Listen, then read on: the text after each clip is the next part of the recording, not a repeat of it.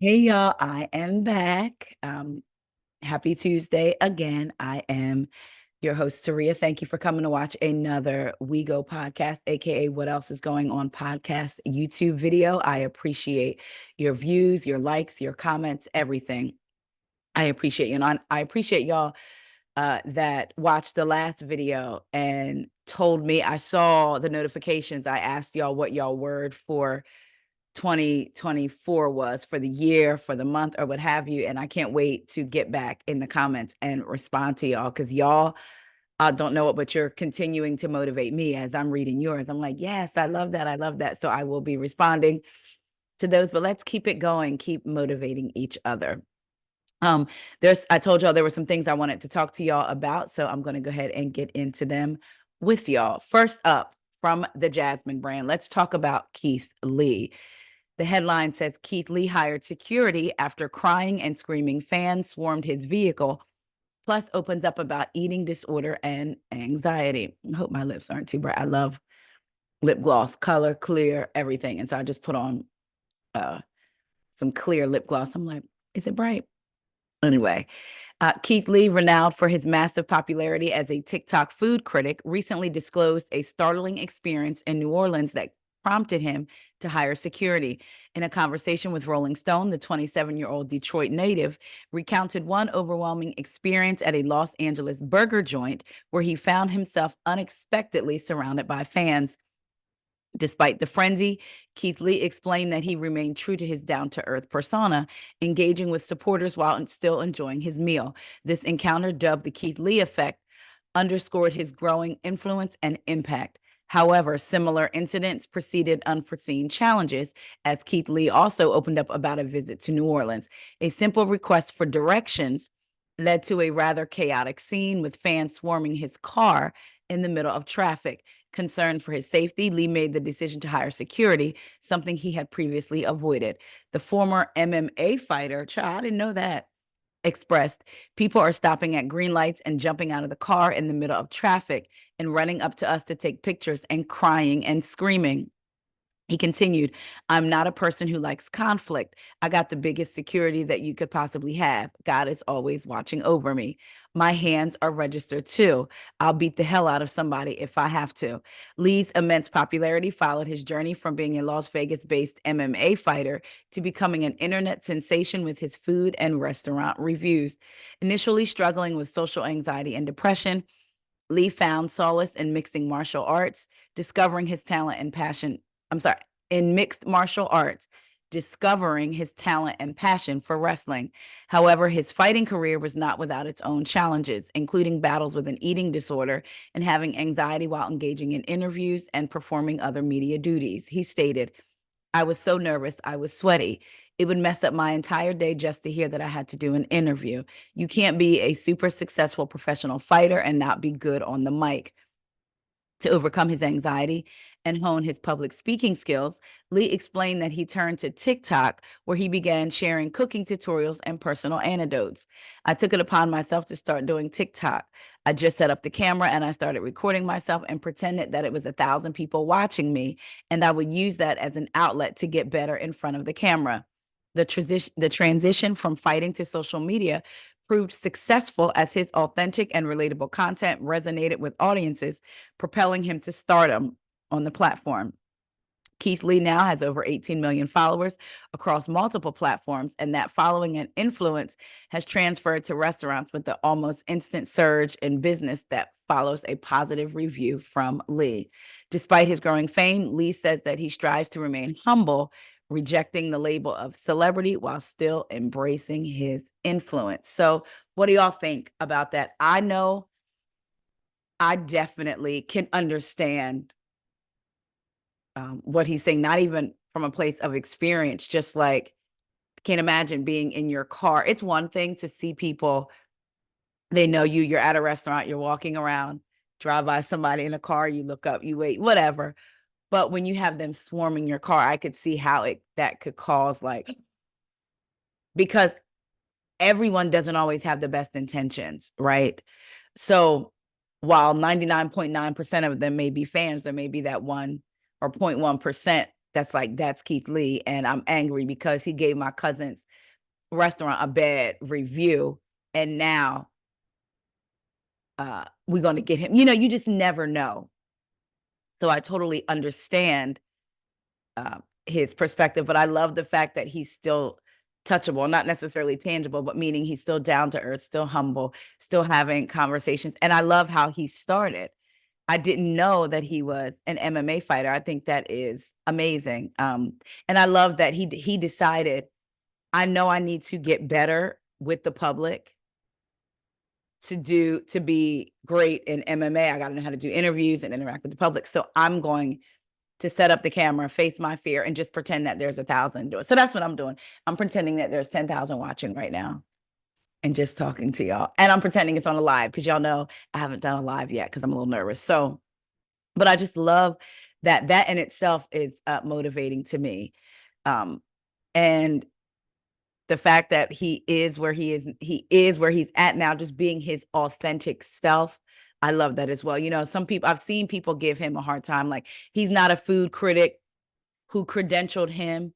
And it was never about that. It was about him giving his opinion on the restaurants, the service, the food.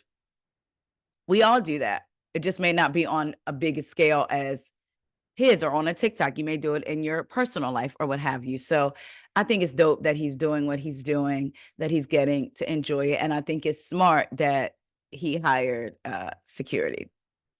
Moving on.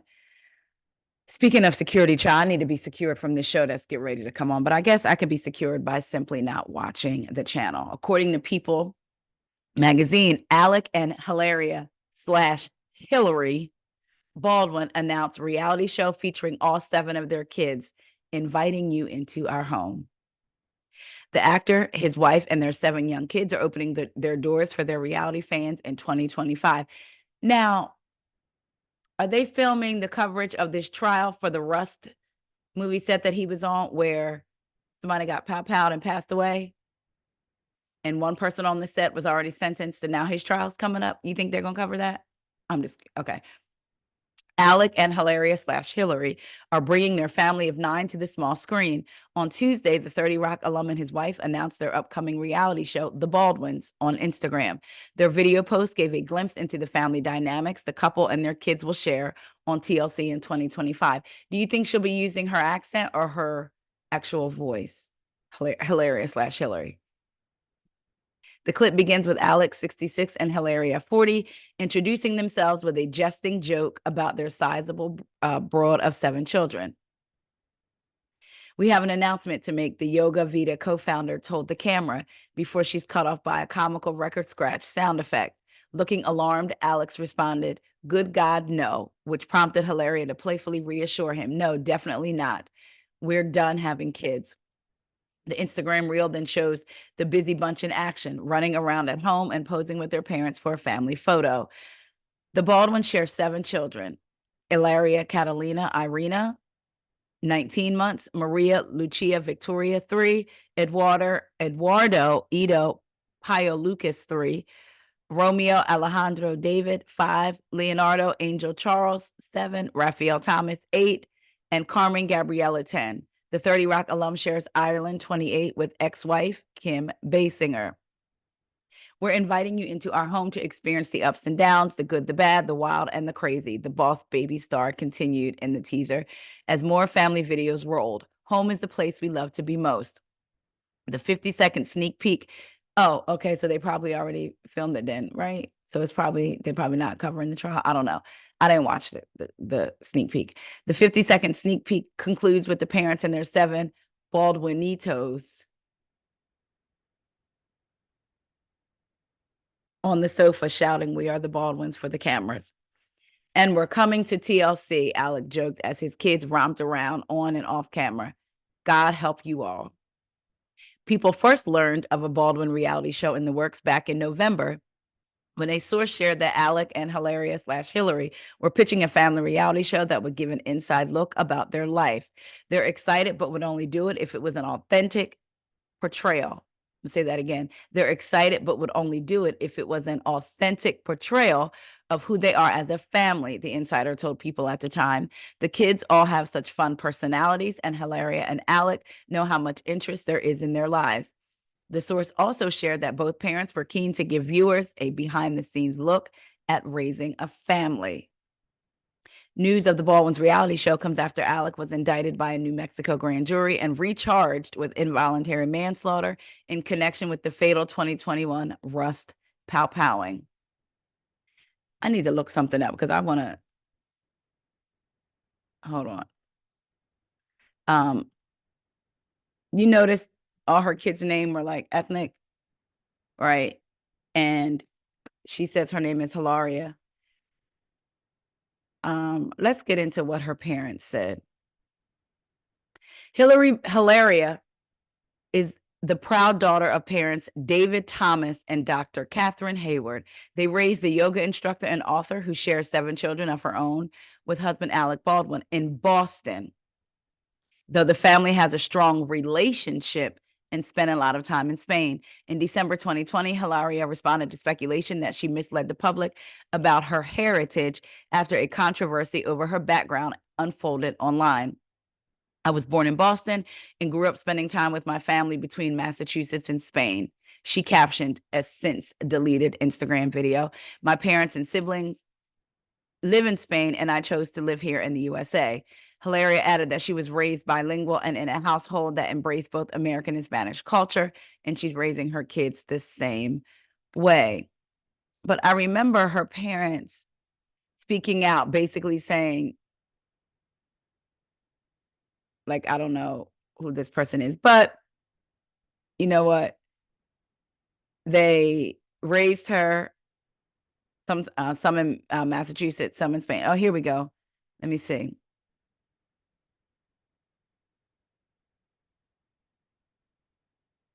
Someone said on Reddit a one-line statement from her parents stating Hillary never studied, lived, or was raised in Spain could shut the Spanish grift down permanently. Why the silence?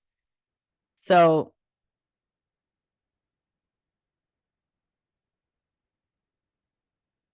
her dad did an article back in 2015 and talked about his path in life being heavily influenced by Spanish language and culture, and not because I have an iota of Latin blood in my veins. When he was in the 2nd grade, his father had to go to Argentina for business for 3 months, and his mom, sister, and him spent time in Kearney, Nebraska with the mother's parents. He missed his father, but his father promised him if he ever learned Spanish, he would take him to Argentina. I tucked that one away and let it incubate. So basically, they liked Spanish culture, and Hilaria has now adopted it as her own, pretty much.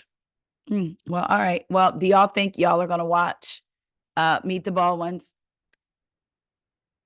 Y'all let me know. All right, y'all, let's get into something that I literally just text Corey about today. I sent him a voice note because I've been hearing and seeing and reading all this conversation about women's basketball, WNBA, Caitlin Clark, Angel Reese, other women. And as a person who likes sports, but I don't watch basketball.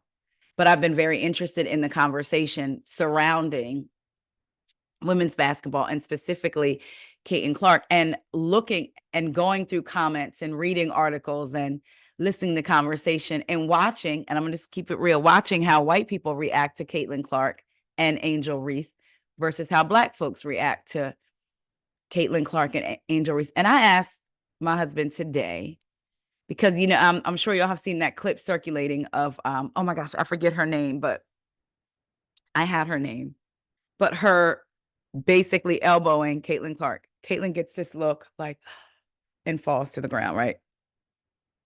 Now, they said right before that, Caitlin Clark was talking a whole lot of trash, and that's why the girl elbowed her back. That's why the girl elbowed her. And I said to my husband in the voice note, I said, for so long, you think of basketball, football, right? Track and field. Black folks have dominated in those sports. It just is what it is. And now you have this white woman that's obviously very good. And are white folks like, that's a win? And I'm just at like, that's a win for us. Like, we're dominant in every other area of life. And now here comes Caitlin Clark. So they're so focused on protecting Caitlin Clark. And they never talk about her trash talking. Even when Angel waved the fingers at her, Caitlin Clark had been doing it, right? To the other bench. And I remember reading an article and somebody trying to say she wasn't doing it to Angel's team, to LSU. She was doing it to her own team. Why would you be doing that to your own team? Right? Which goes along with a lot of people saying Caitlin Clark talks trash, which I don't have a problem with that. I do that in a regular game night. I'm very competitive. I get it from my dad. So I can imagine at that level they do, right? The men do it, what have you. So it was just interesting to me. I feel like with her being elbowed and all of this, and it's like, protect her, protect this woman, and she's our hero. That's and I'm wondering if, I hope I'm explaining this right, but I just wondered, is that because now they have their white hero, right, to protect this white woman? Whereas Angel just got checked the other day, boom, hit the ground, and her teammates rushed to help her, which I didn't notice with Caitlin, and it wasn't a big deal. And Caitlin talks her ish, but then she never comes to the media and is like, yeah, I said such and such and such and such, and stands in it. Whereas Angel, like her or not, will talk her stuff and stand in the stuff that she talks. So it's just the conversation around it all is interesting, and watching how certain people react to Caitlin and how certain people react to Angel. And like I said, I just wondered if it's, oh, this white woman is in this sport. You hear Caitlin Clark, and now these white folks are rallying around her like the people's princess. And not that she hasn't earned it, because clearly she's good, but it's not just her. You know what I mean? It's not just Caitlin Clark that people are talking about. They're also talking about Angel Reese. So let's get into the article. But the conversation around Angel Reese always seems to be negative, which it's really bothersome to me when I see, especially reading some of these comments and who the comments are from. It's like, again, do y'all remember when the whole waving the fingers things came out and a journalist went in on Angel Reese and was defending Caitlin? And then when people were pointing out that actually Caitlin started that, they tried to backpedal their way out and then made it acceptable for both of them to do it and saying it's part of the game. It wasn't a part of the game when you thought just Angel did it, but as soon as you found out that Caitlin did it, now it's a part of the game. And that's the issue that I have. It's like, what is making people immediately jump to the defense of this woman? Not even watching the full game, not even watching the clips, not even commenting on her trash talking. Like, what is it that's making y'all rush to defend her? And again, to me, it goes back to a white woman will always be protected over a black woman for sure in America. And it seems like that's what I'm getting from this conversation. But let's get into what Angel said. So this is from page 6. Angel Reese says rival Caitlin Clark isn't the only reason the WNBA is popular. It's because of Me Too. Angel Reese doesn't believe Caitlin Clark is the only reason the WNBA has become popular over the past year. I think so many people are watching women's basketball right now, the Chicago Sky Star told WGN News after practice Monday. It all started from the national championship game, and I've been dealing with this for 2 years now and understand that, yeah, negative things have probably been said about me, but honestly, I'll take that because look where women's basketball is. Reese, 22, said the league is gaining recognition from people who you would never think would be talking about women's basketball. People are pulling up to the games. We've got celebrities coming to games, sold out arenas just because of one single game, she said, referring to the 2023 women's NCAA title game in which her college team, the LSU Tigers, won against Clark's Iowa Hawkeyes. The forward said she is ready to take the bad guy role if it means the WNBA will continue to grow. I know I'll go down in history. I'll look back in 20 years and be like, yeah, the reason why we're watching women's basketball is not just because of one person. It's because of Me Too. And I want you to realize that, she continued. Like, it's not just because of one person. A lot of us have done so much for this game. Clark, also 22, has been lauded by many for taking women's professional basketball to another level. I don't know. What do y'all think? Well, let me get to this. As for Angel Reese's personal feelings towards her rival, she said in March that it's not personal. Me and Caitlin Clark don't hate each other. I want everybody to understand that. It's just a super competitive game, she told reporters. Once I get between those lines, there's no friends. I'm going to trash talk you. I'm going to do whatever it takes to get in your head the whole entire game. But after the game, we can kick it. I don't think people really realize that. What do y'all think? Like I said, I'm not a basketball watcher, but I'm observing the conversations around the games. And when they talk about certain games or whatever, I do go and look them up and pay attention just so I can know what I'm talking about, what I'm looking at, right? I don't know the particulars, but it's just the conversation around it is really interesting to me. It's gotten so big. So let me know what y'all think and who y'all are fans of. I said I was going to start, I was going to start going to some games in DC just simply to support the women, just to support women. I was going to start going. That's what I say. But folks say a lot of things, and then you be like, I'm busy, I'm tired, I'm working, I'm this, I'm that, I'm booked, I'm busy, all that stuff. So who knows? We'll see. Moving on, The Dream. Exclusive details. Beyonce's longtime producer, The Dream, accused of RAP and physical abuse in explosive lawsuit. The Dream has been sued by a female artist for alleged RAVE and physical abuse. In the legal documents obtained by RadarOnline.com, singer-songwriter Shanaz Mangro claimed the artist whose real, now this is The Dream's real name, I'm gonna try to say it, whose real name is Terius Adamu Ya Casteldi Diamant. That's The Dream's name. Terius Adamu Ya Casteldi Diamant lured her into his deeply sadistic world over a decade ago, promising her fame and fortune while she was on a 3-year work visa. Mangro said she was just 21 when Dream's childhood friend allegedly contacted her through social media in 2012 and asked her to send him some music. According to the lawsuit, Dream's team asked her to meet the star in person and record, which she happily agreed to do. Mangro, originally from the Netherlands, accused Dream of using his age and influence to manipulate, coerce, and control her. He allegedly told her she could have a special sanctuary relationship with him if she did what he said, allegedly telling her he had the same relationship with Beyonce and Rihanna. She claimed Dream promised her recording and publishing contracts with major labels and to sponsor the extension of her visa. He also allegedly told her she would open for Beyonce's tour.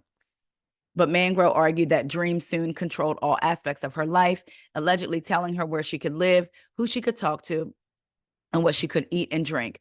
She also claimed he subjected her to violent sexual encounters that left her badly bruised, including allegedly awing her in the back of a Sprinter van after forcing her to engage in separate sex acts in a movie theater, according to the suit filed on Tuesday.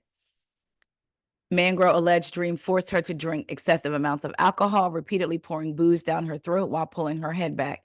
She claimed he'd also record her engaging in sexual activities to allegedly blackmail her into silence. She's suing Dream, his record label, Contra Paris LLC, and Epic Records, accusing the businesses of facilitating his depraved behavior. The label Dream convinced to invest in Mangro, which stood by and did nothing despite both witnessing and being told about Dream's abuse. As a result of Dream's heinous acts, Miss Mangro's career was destroyed. Her music was taken away from her without explanation. Contra Paris never provided her any compensation, and every attempt to revive her career has been hijacked by Dream and those who support him. Her attorneys, Douglas H. Whitger and Meredith Firetog, partners of Whitger LLP, tell RadarOnline.com. This is yet another horrific example of how men in the music industry use their power and influence to manipulate and harm others. Dream, like Sean Combs did with Miss Ventura and others, used his standing as a prominent recording artist and producer to subject Miss Mangro to vicious physical, psychological, and sexual abuse. They continued. While she will never fully recover from what he and those who supported him did to her, her willingness to speak out now is evidence of her extraordinary strength. We are honored to represent her. Well, listen, take them all down, period. She addressed her lawsuit telling, let me see, saying, choosing to speak out about the trauma I survived has been one of the most difficult decisions of my life. But ultimately, what Dream did to me made it impossible to live the life I envisioned for myself and pursue my goals as a singer and songwriter. Ultimately, my silence has become too painful, and I realized that I needed to tell my story to heal. I hope that doing so will help others and prevent future horrific abuse. It takes courage to stand up and tell your story when you know that there are going to be people that'll say, why did they wait so long? Did it really happen? She's fine. Because you know that's how people are. And it takes courage to really stand up. And no matter when you tell your story. So I hope she gets the justice. If this happened, if all these things, these alleged things really happened to her, I hope that she gets justice and finds some resolution of peace, in her life, and that he gets what he deserves. Moving on to another case. Exclusive details. Kanye West sued by OnlyFans model for alleged sexual harassment, claims rapper sent explicit texts about bedroom fantasies. Kanye West is facing another lawsuit. OnlyFans model Lauren Pizziata sued the rapper, claiming he sent her a slew of vile text messages and videos after hiring her as his assistant. RadarOnline.com has learned Pizziata, I'm saying Pizziata, alleged Ye poached her in July 2021 when she was a successful model, making $1 million per year on the paid-for site. She claimed the musician allegedly convinced her to delete her OnlyFans account 1 year later, promising to pay her $1 million if she did so.